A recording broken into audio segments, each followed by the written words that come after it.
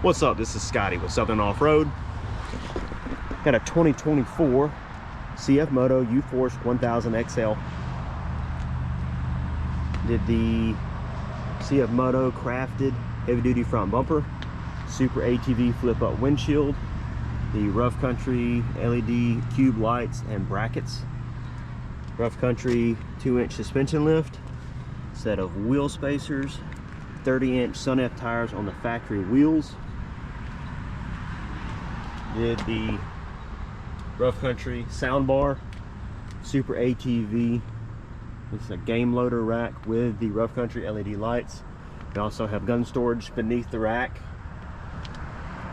Heavy duty rear bumper, CFMOTO crafted rear bumper. This is a super ATV game loader rack on an XL. We also did a clutch kit for the larger tires. Everything's ready to go. This thing's perfect for hunting season. If you're interested in doing a build like this, let us know.